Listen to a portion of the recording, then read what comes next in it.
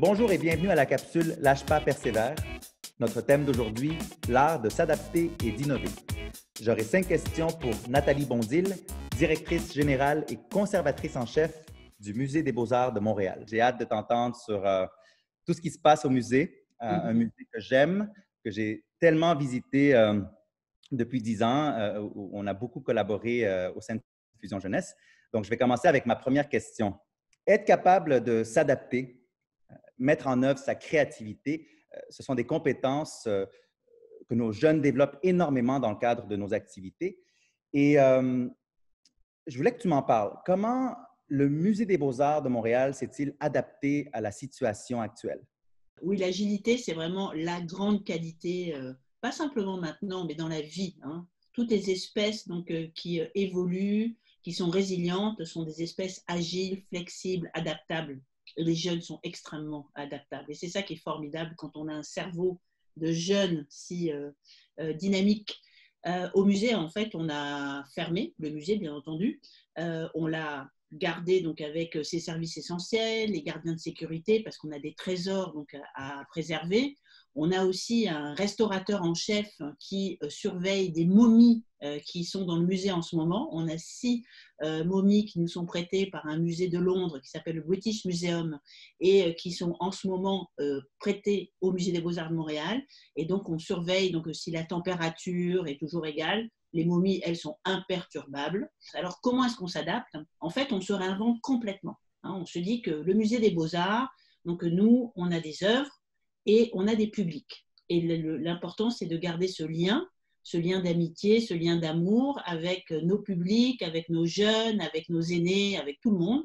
Et on le fait beaucoup avec la vidéoconférence, en donnant des coups de téléphone aux gens qui sont isolés, en partageant des petits clips sur les coulisses du musée. Donc, qu'est-ce que le travail d'un commissaire, qu'est-ce que le travail d'un restaurateur, qu'est-ce que le travail d'un scénographe, etc. Alors, tout ça donc, intéresse beaucoup les gens. Et je dirais que ça nous amène aussi à peut-être être plus dans un contact humain, même si c'est virtuel, même si on est plus que jamais connecté et probablement on amène plus d'empathie, d'écoute parce que devant le Covid, il y a beaucoup de gens qui ont peur de manière très différente. Et on doit aussi donc rassurer, réconforter et montrer que l'art, la culture dans ces moments sont si importants. C'est pour ça d'ailleurs que même quand on est confiné, on aime chanter, regarder des films, ou encore faire de la musique, écouter de la musique, regarder des œuvres d'art, tout ça, donc ça participe à notre mieux-être. Donc on travaille beaucoup au Musée des Beaux-Arts en art-thérapie, c'est-à-dire on va faire des programmes qui sont destinés à vous, à tout le monde, et qui vont permettre aux jeunes d'être, ou aux moins jeunes, d'être apaisés, d'être réconfortés. Je ne sais pas si les jeunes le savent, mais quand on regarde quelque chose de beau, que ce soit un paysage, une personne qu'on aime ou une œuvre d'art, quand on a cette émotion esthétique, ça nous fait du bien. Mais c'est physique, c'est vraiment une réaction physiologique, médicale. C'est tellement vrai qu'au Musée des Beaux-Arts, eh bien, on délivre des prescriptions médicales. Vous allez chez votre docteur, il vous donne une prescription pour aller au musée pour vous soigner. Alors franchement, ce que je vous dis, ce n'est pas des bêtises, ce sont les médecins qui le disent avec nous.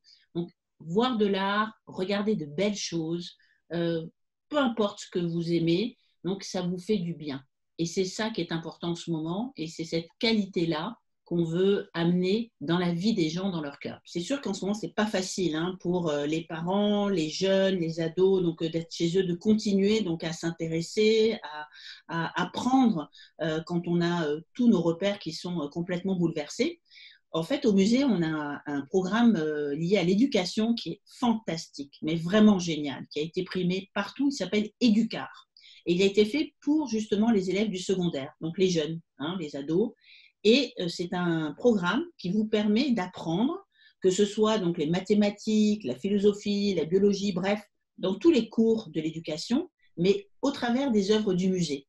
Et c'est très interactif. Il y a plein de jeunes qui parlent aux autres jeunes de leur expérience, les professeurs, et il y a des spécialistes qui parlent de sujets aussi différents que le territoire, le corps, l'amour, la santé.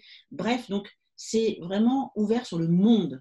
une œuvre d'art porte en elle des univers. Et en fait, ces univers, ce sont les vôtres. Eh bien, donc, vous pouvez donc naviguer et continuer à apprendre de manière extrêmement plaisante, parce qu'évidemment, ces œuvres sont magnifiques, elles sont stimulantes, elles sont émouvantes. Donc, c'est une belle façon de ne pas décrocher et de continuer donc, à travailler sur tout ce qui nous intéresse. Excellent. Merci, Nathalie. Deuxième question. Selon toi, à quoi va ressembler le musée du futur? Ah, le musée du futur, ben, c'est le musée de demain, parce qu'en fait, on bouge tout le temps. Et un grand principe, c'est comme être à vélo, c'est-à-dire qu'il faut toujours avancer. Donc, quand vous êtes sur un vélo, eh bien, si vous ne pédalez pas, vous tombez. Et bien, tout simplement, le musée du futur, on le fabrique au quotidien. Chaque geste que l'on pose aujourd'hui est important pour demain. Et je vous dirais qu'en ce moment, avec ce qui se passe, en étant confiné, on se rend encore plus compte que les œuvres d'art sont importantes dans nos vies. On se rend encore plus compte que la culture donc, nous aide à grandir, nous aide à être à la fois mieux avec soi-même, parce qu'il y a des choses qu'on n'arrive pas à dire quand on est bouleversé, quand on est déprimé, quand on est jeune, moins jeune, mais qu'on arrive à ressentir grâce aux œuvres d'art. Et c'est cette émotion-là, cette communication émotionnelle que les œuvres vous amènent. On parle beaucoup d'intelligence artificielle en ce moment, mais moi je travaille beaucoup sur l'intelligence émotionnelle. Il ne faut pas oublier que votre corps, il fait partie de votre intelligence. Votre corps, c'est aussi votre intelligence. Et les œuvres d'art parlent à votre corps. Et c'est ça donc et à vos émotions. Bref, donc ce qu'on fait au musée en ce moment et comment je vois le musée demain, c'est un musée qui va être peut-être plus sur la qualité, l'empathie, le public, l'inclusion, le fait de vivre ensemble, d'être mieux ensemble. Donc un musée qui va être vraiment, vraiment un acteur de la paix sociale, qui va vraiment être un outil donc, pour qu'on puisse vivre mieux ensemble. Parce que, en fait, quand on se trouve entouré d'œuvres d'art, on a un phénomène biologique qui se passe, qui fait en sorte que donc, cette émotion esthétique, elle apaise les gens et elle fait en sorte qu'ils ouvrent leur cœur. En fait, donc, ces œuvres d'art activent les neurones miroirs, c'est-à-dire donc, permettent une meilleure empathie, une meilleure communication les uns les autres. Et donc, je crois que le musée et les œuvres d'art et la culture en général sera aussi importante dans le siècle futur qu'elle a été le sport au XXe siècle. Vous savez, il y a un siècle, le sport n'était pas du tout considéré comme étant bon pour la santé. On disait même que ça allait altérer la fécondité des femmes, que ça allait causer toutes sortes de déformations du corps. Donc, franchement, faire de l'exercice physique, ce n'était pas du tout quelque chose de normal ou d'évident. Maintenant, tout le monde comprend que c'est quand même important de se tenir en forme. Eh bien, moi, je suis sûre que au XXIe siècle, pour nos petits-enfants, ils nous diront « Ah, il faut être au contact de la culture, de la chanson, des arts, des musées pour pouvoir être mieux parce que nous sommes des hommes, nous sommes aussi des animaux, entre guillemets, et nous avons besoin de réfléchir avec notre cerveau, mais aussi avec notre cœur et nos émotions. Et c'est ça que ça apporte la culture, c'est un équilibre entre l'émotion et la raison. Et c'est très important de maintenir cela, surtout en ce moment où on est tellement, tellement stressé, sollicité, bouleversé par ces émotions que l'on ne sait pas forcément toujours maîtriser. La culture aide énormément à apaiser et à mieux comprendre qui nous sommes profondément. Écoute, j'ai déjà hâte de revenir au Musée des Beaux-Arts. Troisième question. Tu parles du musée et quand on parle de musée, on pense souvent aux commissaires des expositions, aux artistes, mais tu as évoqué ce que vous faites en éducation, Éducart, la plateforme et tout ce que vous faites au niveau de l'art-thérapie. Peux-tu nous parler des métiers derrière ces projets éducatifs? Le monde de la culture et des musées est rempli de métiers absolument passionnants. Puis très franchement, là, moi, une des meilleures décisions dans ma vie que j'ai pu faire, c'était de faire ce que je voulais faire, d'être passionnée et d'avoir choisi ma passion comme métier. Parce qu'il n'y a pas un jour où je suis tellement heureuse d'être entourée de beauté. Ça me réconforte, ça m'alimente. Et dans les musées, eh bien, il y a des métiers comme les éducateurs, comme les médiateurs, comme les art-thérapeutes, donc qui sont des personnes qui vont amener cette beauté et la donner en cadeau à des personnes qui en ont besoin. C'est magnifique, non? C'est vraiment un cadeau extraordinaire que d'offrir la beauté, que d'offrir la paix, la joie. surtout dans nos univers où on est souvent harcelé par donc des nouvelles qui sont toujours dures, donc le fil de l'information donc nous stresse, donc on est souvent dans un environnement anxiogène, parfois dans nos vies. Et là, on donne une clé du bonheur. Et ça, ce sont des métiers que l'on offre dans la culture et dans les musées.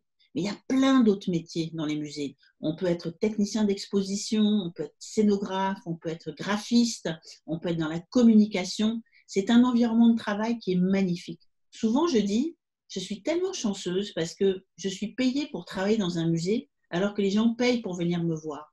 C'est quand même un privilège incroyable. Alors vraiment, j'encourage tout le monde à travailler dans la culture parce que ce sont des environnements qui vous nourrissent très profondément et qui vous rendent vraiment heureux. 4e question. As-tu, toi, Nathalie Bondil, déjà été démotivée dans ta vie? Et si oui, comment as-tu surmonté l'épreuve? Quand je suis démotivée, frustrée, fatiguée, en fait, je regarde quelque chose de beau, une œuvre d'art, même dans ma maison, mais ça peut être un bouquet de fleurs, ça peut être une orchidée, ça peut être quelque chose que vous aimez et ça me réconforte constamment. Constamment, la beauté réconforte et c'est une thérapie que j'utilise au quotidien. Quand je suis démotivée, je vais aussi pratiquer le rire. N'oubliez jamais de rire. C'est extrêmement bon pour la santé mentale. Rire, sourire, prendre un peu de dérision, de recul. C'est pas toujours facile, mais je pratique beaucoup le rire. Donc, je vais regarder des comédies, même totalement stupides, des émissions stupides. C'est pas grave. L'important, c'est de rire. Et puis, moi, j'aime beaucoup la compagnie du vivant. Nous sommes des êtres sociaux et nous avons besoin de nos amis, de nos parents. Nous avons besoin d'échanger. Mais c'est aussi avec des animaux. J'aime beaucoup les animaux. J'ai des chats. Donc, comme je n'ai pas besoin de payer un psychothérapeute, je fais de la psychathérapie tous les jours. Donc, mes animaux donc, me comprennent, sans me parler, mais ils communiquent tellement. Et puis, c'est le monde du vivant qui est beaucoup plus large. C'est le monde des plantes, le monde de la forêt, de la nature, dans lequel on peut aussi se reconnecter, se ressourcer. Alors, donc, c'est de jamais oublier que ces solutions-là, elles sont à portée de main et de les pratiquer avec beaucoup de discipline. Et je vous assure que ensuite, donc, ça devient des habitudes et que finalement, donc, on apprend le bonheur parce que le bonheur, ça s'apprend. Merci, Nathalie. Et dernière question, ma 5e question. Si tu avais la chance de parler à un jeune qui est extrêmement démotivé en ce moment, qu'est-ce que tu lui dirais? Je lui dirais que je ne connais pas une personne qui, adolescente, était bien dans sa peau. Même des personnes qui ont réussi brillamment. C'est très difficile comme période. Et franchement, moi-même, quand j'étais adolescente, j'étais tellement, tellement mal dans ma peau. Je voulais mourir. J'étais sans but. J'étais vraiment très déprimée, comme beaucoup. Mais quand même, le fait d'être curieux, le fait de pouvoir s'intéresser aux autres, de garder donc l'œil ouvert et la faculté d'émerveillement, ça a toujours été quelque chose qui m'a sauvée.